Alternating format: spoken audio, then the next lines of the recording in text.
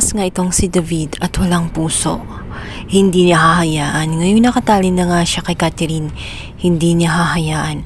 Makaligtas pa nga itong si Camille kung kaya't tutuluyan na nga niya ang kanyang pagiging demonyo. Dahil ibebenta na niya ang kanyang kaluluwa kay Satanas. Papatayin na nga niya ng tuluyan.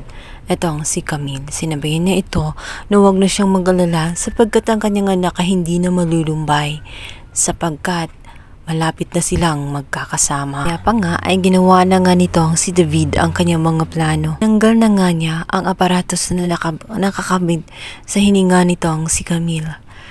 At dahil na rin si Camille ay tela may malay pa, nahawakan niya ang mga kamay nitong si David. Parang gusto pang lumaban nitong si Camille.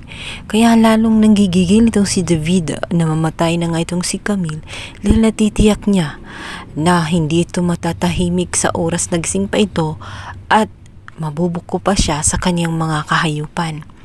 Kaya naman hindi siya nakontento, natanggal na nga niya ang aparatos para sa kanyang paghinga. Kumuha pa siya ng unan at dinagan sa pagmumukha nitong si Camille. Kaawa-awang Camille, naglagutan na nga siya ng hininga. Maya-maya pa nga ay bigla na lamang sumigaw itong si David na tela, inosente at walang ginawa. Nagmamaang-maangan. Tinawag ang nurse dahil bigla na lang nawala ng malay ang kanyang asawang si Camille. Yun pala ay siya mismo ang kumitil sa sarili niyang asawa dahil sa kanyang kapangahasan at para nga protektahan ang kanyang matayog na ambisyon. Ni isa ay walang makakaalam. Kaya ngayon tahimik na itong si Camille. Umiiyak-iyak pa siya na nalulungkot siya sa pagkawala ni Camille.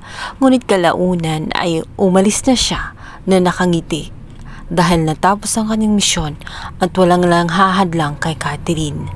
Ang hindi niya alam, habang siya ay nagpapakasaya, magbabago naman ang mundo nitong si Tanggol at unti-unti na rin siyang magiging mayaman. Babalikan din niya ang lahat ng mga may atraso sa kanya. Kapag natapos ang misyon ni Tanggol, ay magtatapos na rin ang pagpapanggap nitong si David bilang isang Jesus di Magiba.